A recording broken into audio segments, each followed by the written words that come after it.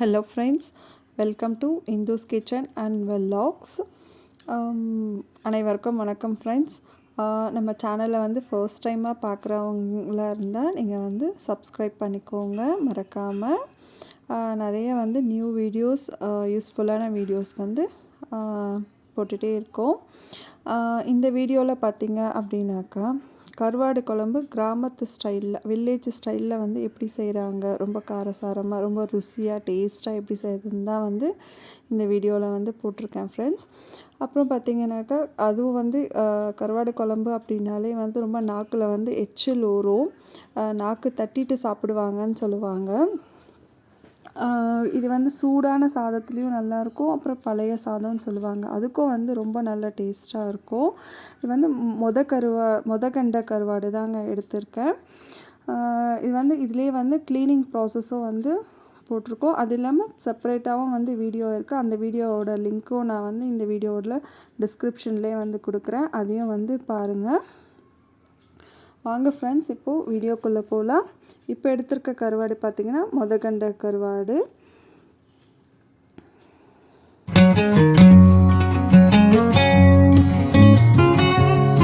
ஒரு 500 கிராம் வந்து நான் வந்து மொதக்கண்ட கருவாடு வந்து க்ளீன் பண்ணி வச்சுருக்கோம். இப்போ தான் கொஞ்சம் க்ளீன் பண்ணிட்டும் இருக்காங்க. சின்ன வெங்காயம் போட்டாந்தாங்க ரொம்ப ருசியாக இருக்கும் குழம்புக்கு. அதனால் வந்து 30 சின்ன வெங்காயம் எடுத்திருக்கேன். உங்கள்கிட்ட சின்ன வெங்காயம் இல்லைன்னா ஒரு 4 பெரிய வெங்காயம் கூட வந்து நீங்கள் எடுத்துக்கோங்க. ஆனால் மேக்ஸிமம் சின்ன வெங்காயம் இருந்தால் அது யூஸ் பண்ணுங்கள், நல்லாயிருக்கும். ஒரு 6 தக்காளி எடுத்துக்கோங்க. இல்லை வந்து பார்த்திங்கன்னா 2 தக்காளி நம்ம தாளிக்க போகிறோம். அதுக்கப்புறம் வந்து ஒரு நெல்லிக்காய் சைஸ் வந்து புளியும் எடுத்துக்கோங்க. அந்த புளி வந்து நல்லா கரைச்சி தண்ணி எடுத்து வச்சுருக்கோம். இப்போ 6 தக்காளி சொன்னேன் இல்லைங்களா, அதில் வந்து 4 தக்காளி வந்து நம்ம வந்து குழம்பு ஆகிறதுக்காக வந்து அதை வந்து நம்ம வதக்கி ஆற வச்சுருக்கோம். அதுக்கப்புறம் அதை அரைச்சி போட்டுக்கலாம் குழம்புல. இப்போ பார்த்திங்கன்னா ஒரு 20லேருந்து 25 பூண்டும் எடுத்துருக்கோங்க. பூண்டு நிறைய போட்டதாங்க குழம்புக்கு நல்லா டேஸ்ட்டாக இருக்கும்.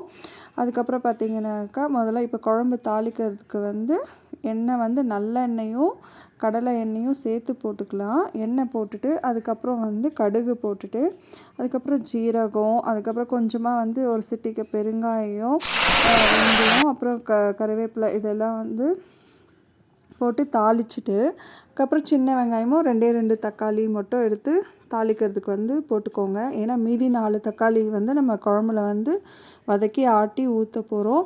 அதனால் வந்து அதுக்கு வந்து 4 தக்காளி வதக்கி எடுத்து ஆற வச்சாச்சு. இப்போ வந்து 2 தக்காளி வந்து நம்ம வந்து குழம்புக்கு வந்து தாளிக்கிறதுக்காக போட்டுக்கிறோம்.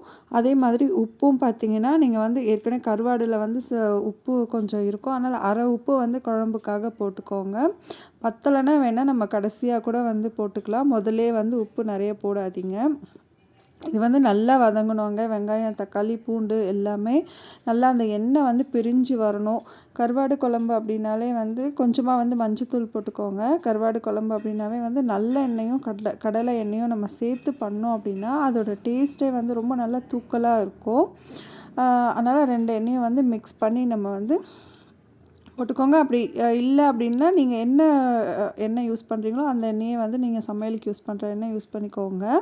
அதுக்கப்புறம் பார்த்தீங்கன்னாக்கா நம்ம தக்காளி வந்து வதக்கி வச்சுருந்தோம் இல்லைங்களா, தக்காளி, அது கூட வந்து தனியா பொடி, அதுக்கப்புறமா வந்து மிளகாத்தூள் பொடி, இது வந்து தக்காளியோடவே வந்து சேர்த்து அரைச்சிட்டோம் அப்படின்னா அதிலே மிக்ஸ் ஆகிடும் நல்லா.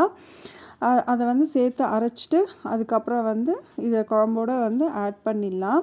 இதில் தனியா பார்த்திங்கன்னா நான் வந்து தனியா பொடி வந்து தனியாக வந்து வறுத்து அதுக்கப்புறம் தான் வந்து இதில் வந்து சேர்த்துருக்காங்க. ஸோ அந்த மாதிரி நம்ம வந்து ஃப்ரெஷ்ஷாக வந்து தனியாக வந்து வறுத்து அரைச்சி இதில் சேர்க்கும் போது இன்னும் வந்து டேஸ்ட்டாக இருக்கும் குழம்புக்கு. உங்களால் தனியாக வந்து வறுத்து அரைக்க முடியல அப்படின்னா பரவாயில்ல, நீங்கள் கடையில் கூட வந்து செப்பரேட்டாக வந்து தனியா பொடி கூட வாங்கி யூஸ் பண்ணிக்கோங்க, கொரியண்டர் பொடி. ஆனால் நீங்கள் வந்து மிளகாத்தூள், அதுக்கப்புறம் வந்து தனியா வந்து இப்போ வந்து புளி தண்ணி வந்து ஆட் பண்ணிடலாம். குழம்பு வந்து கொஞ்சம் கொச்சின்னு இருக்குது, அதனால் புளி தண்ணியும் ஆட் பண்ணிடலாம். இல்லை சின்ன சின்ன டிப்ஸ் என்ன அப்படின்னா, தனியா வந்து நம்ம வந்து ஃப்ரெஷ்ஷாக வந்து வறுத்து பொடி பண்ணி போடுறது தாங்க.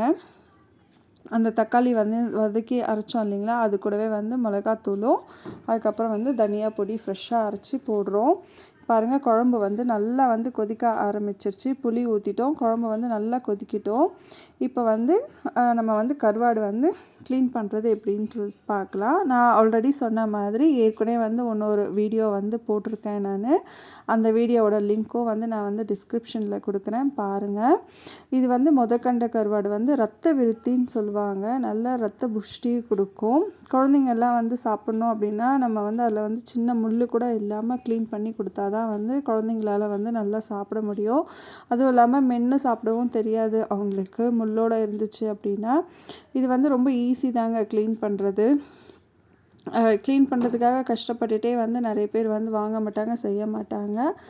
ரொம்ப ஈஸியாக தான் வந்து க்ளீன் பண்ண முடியுது. முதல்ல வந்து தலையை பிச்சு எடுத்துகிட்டு அதுக்கப்புறம் வந்து இதை வந்து 2 பாகமாக வந்து உரிச்சிக்கோங்க.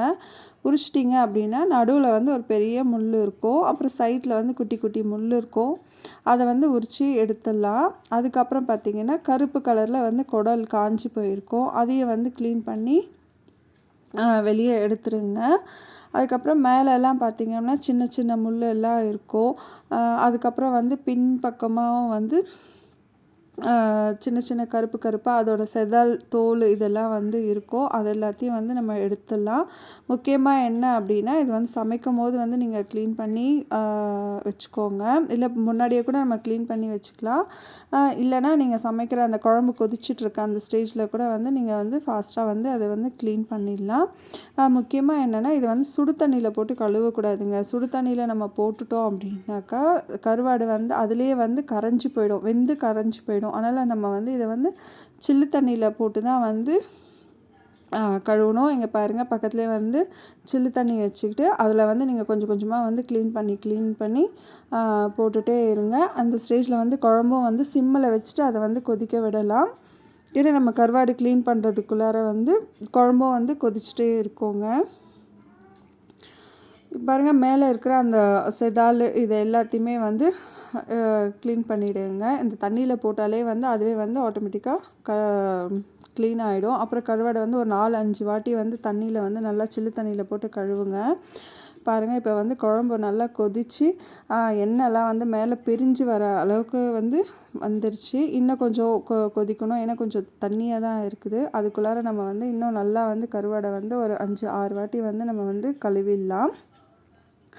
இது வந்து எந்த அளவுக்கு நல்லா கழுவி எடுக்கிறோமோ அந்தளவுக்கு வந்து அதில் இருக்க மணல் எல்லாமே வந்து போயிடும். சுத்தமாக வந்து நமக்கு வந்து முள்ளும் இருக்கா இல்லாமல் வெறும் சதை மட்டும்தான் வந்து கிடைக்கும். இதில் வந்து சின்ன சின்ன டிப்ஸ் எல்லாம் மட்டும் நம்ம ஃபாலோ பண்ணோம் அப்படின்னா நல்லா வந்து குழம்பு வந்து டேஸ்ட்டாக கிடைக்கும். ஃபஸ்ட்டு டிப்ஸ் என்ன பார்த்திங்கன்னா, நம்ம வந்து அந்த தனியா பொடி ஃப்ரெஷ்ஷாக அரைச்சி போடுறது. அதுக்கப்புறம் பார்த்திங்கனாக்கா சின்ன வெங்காயம் யூஸ் பண்ணுறது. அதுக்கப்புறம் பார்த்திங்கன்னா நல்லெண்ணெய் கடலை எண்ணெய் சேர்ந்து பண்ணுறது. பாருங்கள், குழம்பு நல்லா வந்து எண்ணெய் பிரிஞ்சு நல்லா மேலே வந்துருச்சு. இந்த ஸ்டேஜில் வந்து கருவாடு போட்டுடலாம். கருவாடு போட்டுட்டு ரொம்ப நேரம் வந்து கொதிக்கக்கூடாதுங்க. குழம்பு கருவாடு எல்லாமே அதில் கரைஞ்சிடும். ஒரு 10 நிமிஷம் மட்டும் கொதிக்க வச்சா போதும். சிம்மில் வச்சு ஒரு 10 நிமிஷம் கொதிக்க வைங்க. அதிலே வந்து ஃபாஸ்ட்டாக அது வந்து வெந்து போயிடும். ஏன்னா ஆல்ரெடி குழம்பு நல்லா கொதித்து சூடு வேறு இருக்கும். ஒரு கரெக்டாக வந்து ஸ்லோ சிம்மில் வச்சுட்டு நீங்கள் வந்து ஒரு 10 நிமிஷம் கொதிக்க வைங்க ஃப்ரெண்ட்ஸ். கருவாடு வந்து நல்லா வந்து வெந்துடும். இதை வந்து நீங்கள் சூடான சாதத்துலேயும் வச்சு சாப்பிடுங்க, அப்படி இல்லைன்னா பழைய சாதத்துலேயும் வச்சு சாப்பிடுங்க. ரொம்ப அருமையாக இருக்கும் இதோட டேஸ்ட்டு. இந்த வீடியோ உங்களுக்கு வந்து பிடிச்சிருந்ததுன்னா லைக் பண்ணுங்கள், ஷேர் பண்ணுங்கள், மறக்காமல் வந்து சப்ஸ்கிரைப் பண்ணுங்கள், கமெண்ட்ஸும் போடுங்க. நம்ம சேனலை புதுசாக பார்க்குறீங்க அப்படின்னா கண்டிப்பாக வந்து சப்ஸ்கிரைப் பண்ணுங்கள் ஃப்ரெண்ட்ஸ். இந்த கருவாடு குழம்பு வந்து என்னோடய ஃபேவரட் ரெசிப்பியும் கூட. ரொம்ப வந்து நல்லா டேஸ்ட்டாகவும் வந்து இருந்தது. நான் சொன்ன மாதிரி இது எல்லாத்தையுமே நீங்கள் வந்து ஃபாலோ பண்ணிங்க அப்படின்னா கண்டிப்பாக வந்து இந்த குழம்பு வந்து ரொம்ப நல்லா டேஸ்ட்டாக வரும். இதில் இருக்கிற அளவு வந்து நீங்கள் அப்படியே வந்து ஃபாலோ பண்ணுங்கள் ஃப்ரெண்ட்ஸ். தேங்க்யூ.